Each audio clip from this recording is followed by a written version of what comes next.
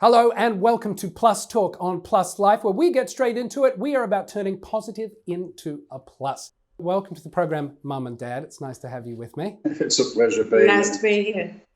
So let's go back to that day in October of 2007. You got an unexpected Skype call from myself and my brother Adam. You weren't expecting us to be together. Take me through the moments of that phone call when you picked up the call to me sharing the news and to what happened when you hung up the call. Okay, so I'll pick that one up because I'm the one who took the call. We had actually all been together in the September before, so this was October, and Adam came on the phone and he said, I have someone here who'd like to speak with you. Someone, and it's, Karl, what on earth are you doing there? We've only seen you a month ago. How did you get from London to Poland again? So it was all very light initially. And then you, in a very light-hearted manner, said, well, so I've been diagnosed with HIV. So it's no big deal. I'll just pop a pill and I'll be fine. Which immediately, I got very angry. I think my first reaction was anger. Towards me? No, not towards your attitude, perhaps, towards the attitude that was coming across, which was you were covering up for everything else that was going on inside. And I thought, how can you be so lighthearted? How can you say I'm just going to pop a pill? We're talking HIV here. And that immediately said to me, there's panic, there's death, there's, And then, of course, I dissolve into tears. And then with it, the way that I deal with most things, I lock the immediate pain and everything else away very quickly and then try to get on with how we're going to fix it. What my memory is that I don't remember you bursting into tears on the phone. I think you held it, or on the call, I think you held it together.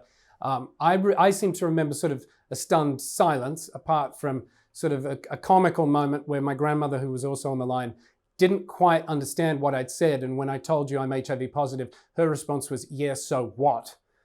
So I then had to repeat it. And I remember that I remember silence from your part. Dad, what did you know about HIV and what did you think HIV was before any of this came into our lives? Oh, crikey. I was like everybody else. I was horrified of it.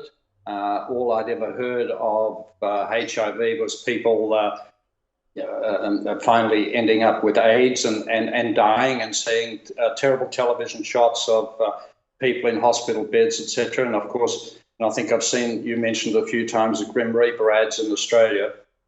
So, and I must say that, like probably most people, I was that afraid that I was probably, in a defensive way, become inadvertently prejudiced, because I was employing people at the time. And I used to think, now what would happen if somebody came and knocked on the door and looked for a job and they were HIV positive? Or how would I react if somebody at school had HIV? I wasn't sure. I didn't want to think that I would be prejudiced, but there was a part of me, and the fear side of it, that made me think that perhaps I would be. I want to just capture the moment, though. Tell me what the emotion was. Mum, you said anger. Dad, what did you say when you heard me say, I have HIV? What was the physical, mental feeling that went through your bodies? For me, it was just like a cold shock. I think my stomach, I'm trying to think about this, and I was a cold shock, my stomach in a knot. What do I do? And I was thinking of me, and then later on, what will we do? But on a personal basis, how we're going to deal with it, we should be there. Hop on a plane, book a ticket, let's go over there, let's support. How's he going to handle this all by himself? So many things went through my mind at the time. Cold sweat, just frightened of the future, not knowing how to handle it, not knowing how to help you. Well, and I think, sorry, Mum, I think I'm in a very lucky situation to have parents like you guys and family like the family I have, who that was their initial thought, because so many people talk about the fear of their parents wanting to slam a door in their face and have nothing to do with them, because this is, for their son is gay, and well, now this has happened, disgusting. Mum, you mentioned you were angry. When the Skype call ended, you burst into tears. What happened next? Total disbelief for me at that initial point. No, this can't be right. They've made a mistake. They've mixed up the blood samples. This is not true. And then this terrible thought came back into my mind. Now I'm thinking about me, not you at this particular moment. Sometime before, I don't know how many years before, I'd said to you, I can deal with, I don't know if you remember this, but I said, I can deal with almost anything, but don't ever come home and tell me that you have HIV, because that's going to kill me. I don't ever remember you saying that. Well, I'm so pleased you don't remember. I shouldn't have told you that, but that immediately came back into my mind. And I thought, how could I put that on you as well as everything else that you had going on? Well, and I think that is the fear for a lot of people who get that diagnosis, that, as I just said, that's what the parent is going to say to them in that moment. Take it forward a couple of days. What did you do in those immediate days after for you and for each other to try and get to grips with all of this? Because as you said, I did go into that survival mode, and I've said this plenty of times. I think people who get the news when it's about themselves go into survival mode, and in some ways maybe it's a little bit easier for them because they go, okay, I've got to deal with this, I've got to get to it. But what do you do as the parents who are on the other side of the world who have no control over this? That's a very good point. That no control is the point. I think, well, we cried and we hugged and we talked and we weren't sure obviously what we were going to do. I had to go to work. I'm not sure it was the next day. I'm not sure it was a weekend that you called. I can't recall. And go into work and pretend that I was okay. And I was running a company in Fiji at the time, and I walked into the office, and the owner was in his office, and I walked in there to talk about something else, and he looked at me and, what the hell's wrong with you? And I burst into tears. I mean, here I am in my, heading towards 60 in those days. And I broke into tears and sat down. In fact, it still makes me emotional to think about it. I told Mark, he was the owner of the company, and he was fantastic.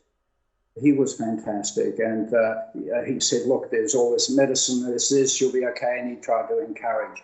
And what I realized at that moment, the more Mum and I talked about it to each other and to a close circle of friends, the easier we're going, or the easier it's going to be to cope with it. And and then like you, I went, after a couple of days, I went into survival mode and thought to myself, this is crazy.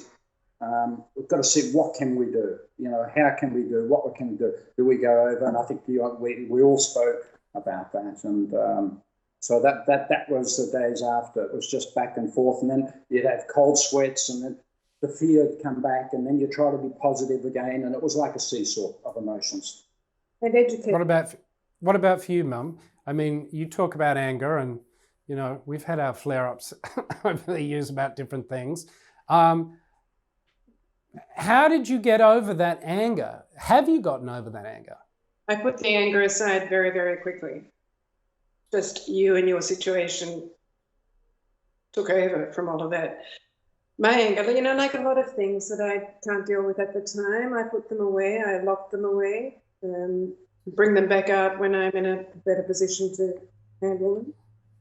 But from that point on, it was, again, like Dad, like you, survival mode, educate yourself. So being in Fiji, of course, I didn't have that much, the resources weren't there, although I had the internet. So each day for 2 or 3 hours, I'd bombard my poor brain and heart with all the information that I could find. A lot of it not good, some of it good. And we struggled through it. And it really, Mum, she really spent a lot of time, and she would try to educate me on it, etc., about the various points of HIV and what treatments were available at the time. And of course, the fear of the treatments. What are these treatments going to do to you? and being on your own. Very hard when you're alone and you've got to deal with what if you start taking these horrific medications? What if you are violently ill and you're on your own? All those, but we overcame all that because we made sure someone was there when the medications began. Well, but besides sort of the physical and the medicine side of things of HIV, what were your thoughts to the response for me emotionally, not only receiving the diagnosis, but what that meant for me as, at the time, a 27-year-old young man beginning of his life? What went through your mind on that, and what was your approach together to communicate with me on the emotional side and the future? It was very difficult to connect with you emotionally. That could only ever happen on your terms. I couldn't ring you up and say, Karl, how are you feeling? And then try. If you're in the right frame of mind, you would open up. But I was obviously extremely concerned about the mental side of things, possibly as much as the physical side. I thought that the physical side, there was no doubt in my mind. I'd made up my mind we were going to beat it on the physical side. Mentally, was a whole different thing. And when you have adult children, you can no longer just open your arms and wrap them in cotton wool and say it's going to be okay and listen to what I'm saying. You just have to wait for your time, and when the moment's right, and if you did want to speak, hopefully I was there and you could speak your truth. So what advice do you have for other parents? Because that's what this episode is equally as important about, as much as us having this conversation for the first time. But it's also for people who see this, who are parents, who have LGBTQ children or children that they feel, may be at risk for other reasons. What advice do you have for them in dealing with getting the news, first off? Well, I think parents need to be open and just constantly discuss things, and discuss things that initially are very awkward to discuss with you. Well, I was going to say, but that's never easy, especially if you're talking with sort of late teenage, young 20s. Nobody wants to talk about their personal life with their parents, probably more so even as adults. So I get that, but what else? Just let them know that you're there. You're there, you're going to be there 24/7. Whenever they need you, pick up the phone and you'll be there. What about the parents who say, well, this is a disgusting lifestyle choice of my child, and I just can't have that in my life? Those parents need an awful lot of help. And it's very hard to actually relate to that. I find that difficult to even comprehend, but I know there's people out there like that. And so I think the only thing is constant education, put it in everybody's face, put it out there, and make it as normal as another illness as everything else. And I think that's probably happening anyway in a slow manner. What do you want people out there, parents out there, to learn or possibly take away from your experience? That's a very, very good question. I've been doing this for a couple of years now. I'm getting the hang of it. We haven't. No. Well, we haven't. But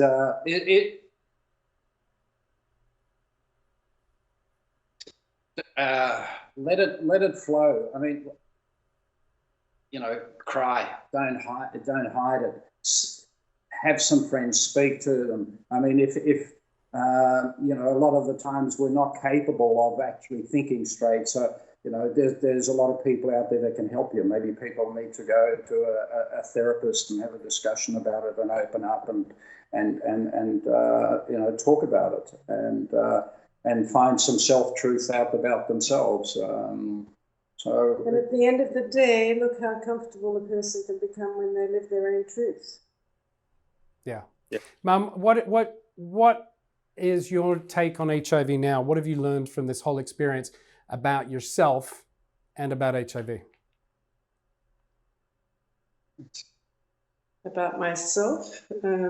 Yeah. What has this experience taught you about yourself as a parent, as a human being, and Maybe I could have done it better. Well, hindsight's a wonderful thing. I think we could all say that, but would you say you've grown from this experience? I mean, certainly grown from it, and I now know an awful lot more about HIV than I ever did before. I'm no longer afraid of it. I don't know that I was ever afraid. I was just afraid of it killing you. I wasn't afraid of it personally, that it was going to get me. I would have changed, I would have sought places with you in an instant if I could have. But it is not the death sentence that we all thought it was, and the medication is not as frightful as we thought it was going to be, and there will be a cure. It's going to happen. And all those parents out there who are just feeling all that terrible pain and everything else, know that you'll get through it. There will be light at the end of the tunnel. And just take that child, he or she, and just love them even more. Well, I was just thinking as your mum was speaking, from my point of view, I realise how, in many ways, narrow-minded I probably was on a lot of subjects. So when things come up, the other things, it could be a racial thing, or it could be whether it's homosexuality or anything that had to do with prejudice. There was probably an element of that in me, and it made me realise that how closed up I possibly was, and it's opened my eyes And life is not black and white. And I think I've said before, I probably learned as much from my 3 sons than I ever taught them, and that's one of the things you've taught me. You sort of opened my eyes up on a lot of things in life, and many things. So some things you probably didn't want your eyes open to. Very lastly, what would you say to the young person out there who has received that HIV diagnosis and who feels terribly alone and is absolutely terrified of talking to their parents? Yeah, it's take that first step. Take the first step. The sooner you take that step, the sooner you open up, you'll know where you stand. Initially, it may be a shock reaction, but I'm a strong believer that everybody loves their child somewhere, and some show it more than others. So, and then the more you talk about it and the more open you are, the more relief you get. And I think we've seen that in you, that as soon as you've opened up, I think your true self has come to the fore. And and I would use you as an example for all these young people. Which you did bury. You buried we knew who you were, but you buried that real, beautiful you for a very long time. Well, and it's still a work in progress, the internalized stigma. This has been an emotional conversation for us. I've done very well to keep the tears in my eyes as we've spoken about this. It's remarkable that it's taken us almost 12 years to have the conversation, but I'm glad we have started the conversation. It's interesting for me to learn from your perspective what you went through. And again, I want to thank you for coming on and talking candidly about it. And for people out there who are parents and who have watched this and are listening, there you go. Those are 2 mighty fine people down there in Australia who I'm very lucky to call my parents. And, play this back and listen to it again if you've got concerns. But that is going to do it for this episode of Plus Talk. Thank you for tuning in. Remember, you can follow us at Plus Life Media across all social media platforms and at pluslifemedia.com. I'll see you next time.